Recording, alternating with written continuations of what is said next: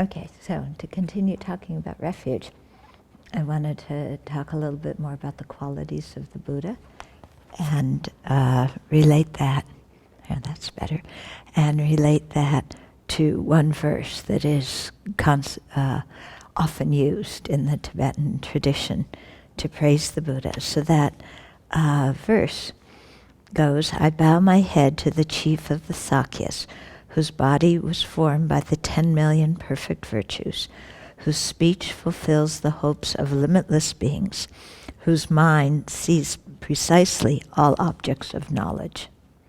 So it's praising the Buddha by way of his body, speech, and mind. Okay, so the first line, I bow my head to the chief of Sakyas, so that's referring to Shakyamuni Buddha, the Sakya clan, and then he's the chief, meaning not that he's the political chief, but he's the exemplar of the beings that, came from that clan. And then the first line, whose body was formed by 10 million perfect virtues. Okay, so the Buddha's body is not like our body. Yeah, the Buddha's body, the Sambhogakaya, there's two Buddha's bodies. One's the Sambhogakaya, or resource body or enjoyment body. That's the form the Buddha appears in Pure Lands to guide the Arya Bodhisattvas. And then there's the emanation body, which is the form he appears in that we ordinary beings can perceive. Okay? So the Buddha's Sambhogakaya, or resource body, is actually it's formed from the extremely subtle mind of the this extremely subtle wind of the Bodhisattva that became that body.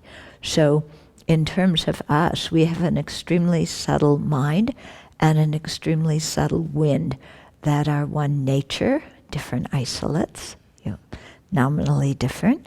And that is what is the basic, you could say, Buddha nature that allows us to gain the Buddha's mind and the Buddha's body. Yeah, so our extremely subtle mind, when it's fully purified, becomes the Buddha's mind.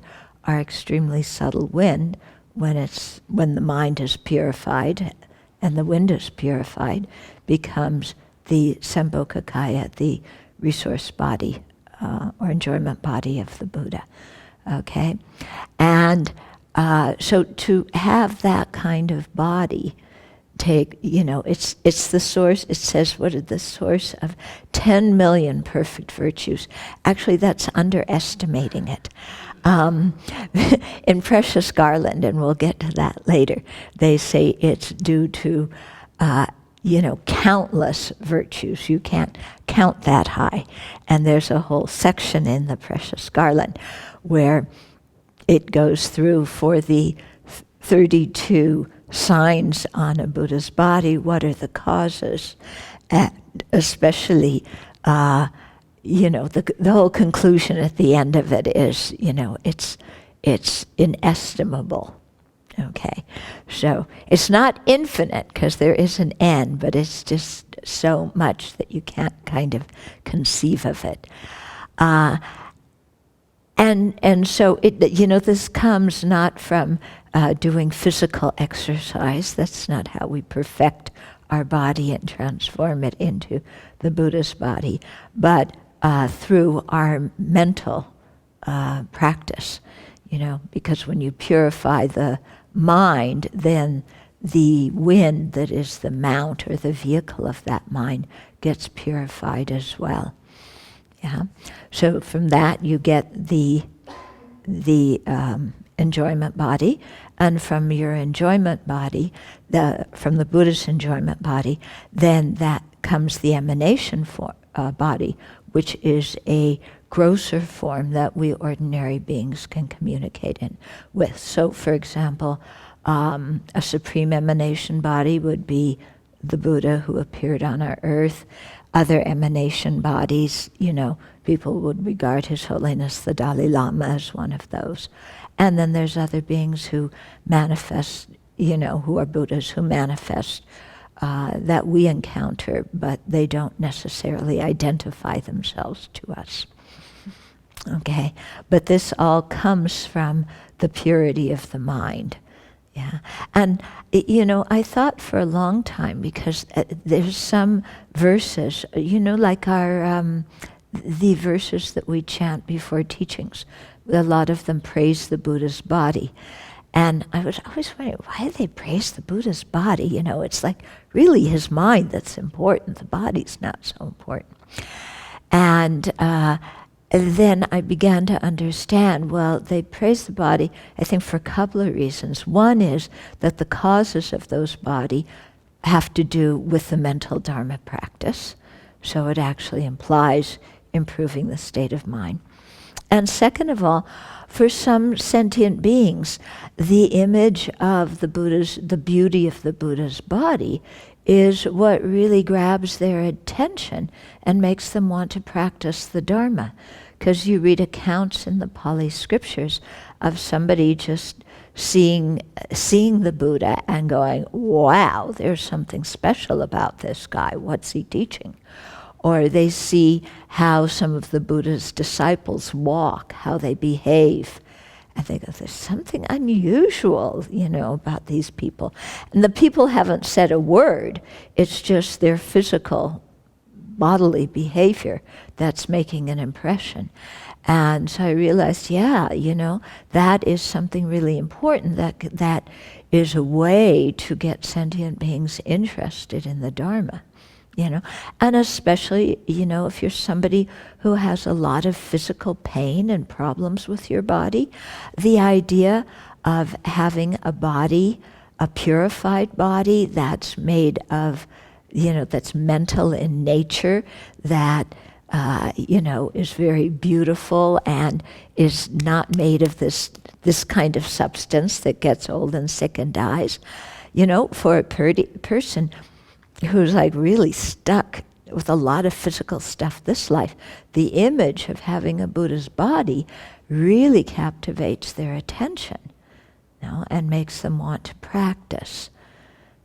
So that's the conclusion I came to it. In case any of you are like me, wondering, about why all the praises to the physical body of the Buddha or the physical body of any of the deities.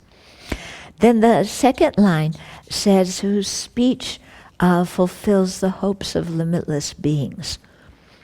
Now, for me, when I think of the Buddha's speech, it's like, oh yeah, that's the kind of speech I really want to have. Because they say that when the Buddha speaks, first of all, everybody understands it in their own language, and you don't need to wear these things. What a relief.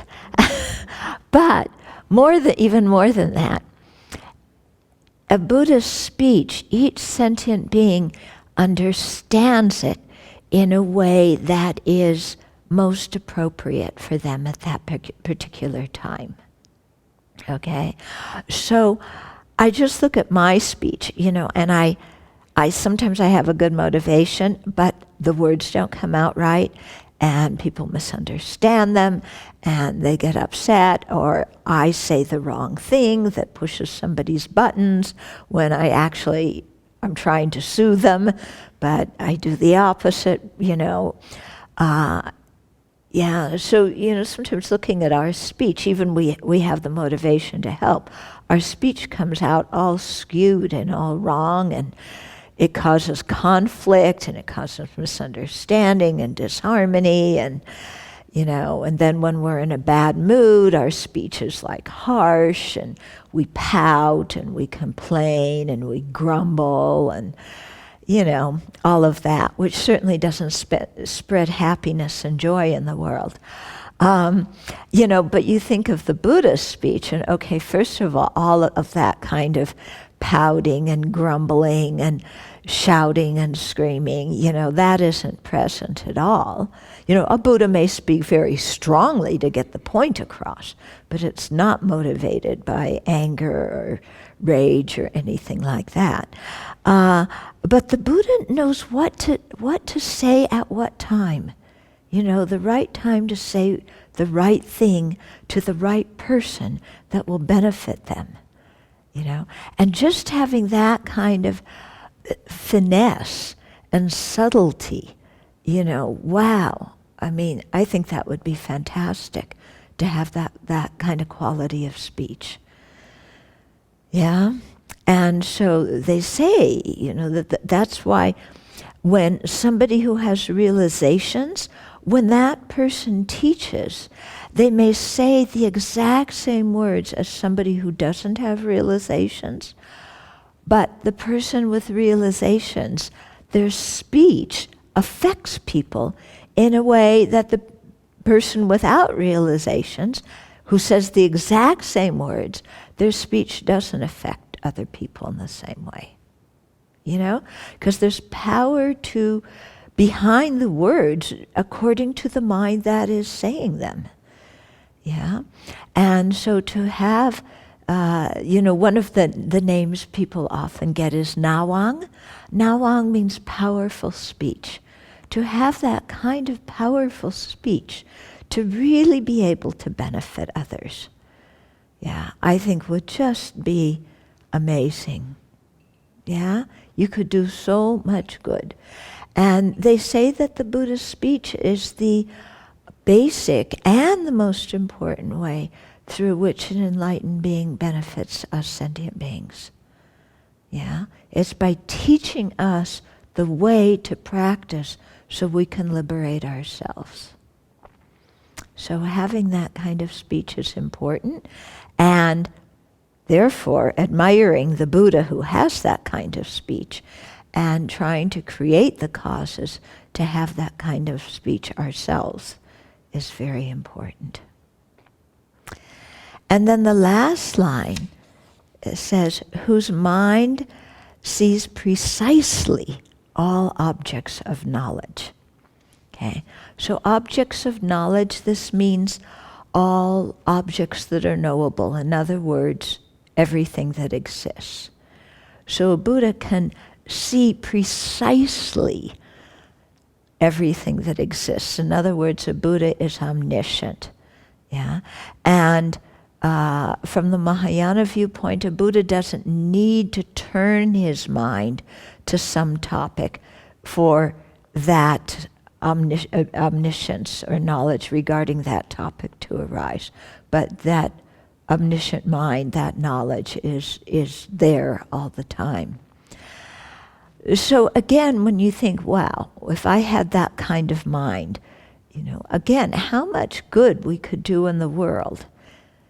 Because, the speech may say the right thing at the right time, but the mind is the one who guides the speech, So we need to know that. And so to know how to say the right thing at the right time, we need to know sentient beings' dispositions.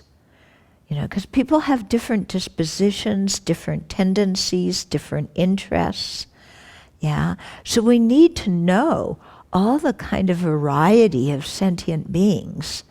And they aren't, nice, easy categories that you can fit everybody into, because each individual is their own category.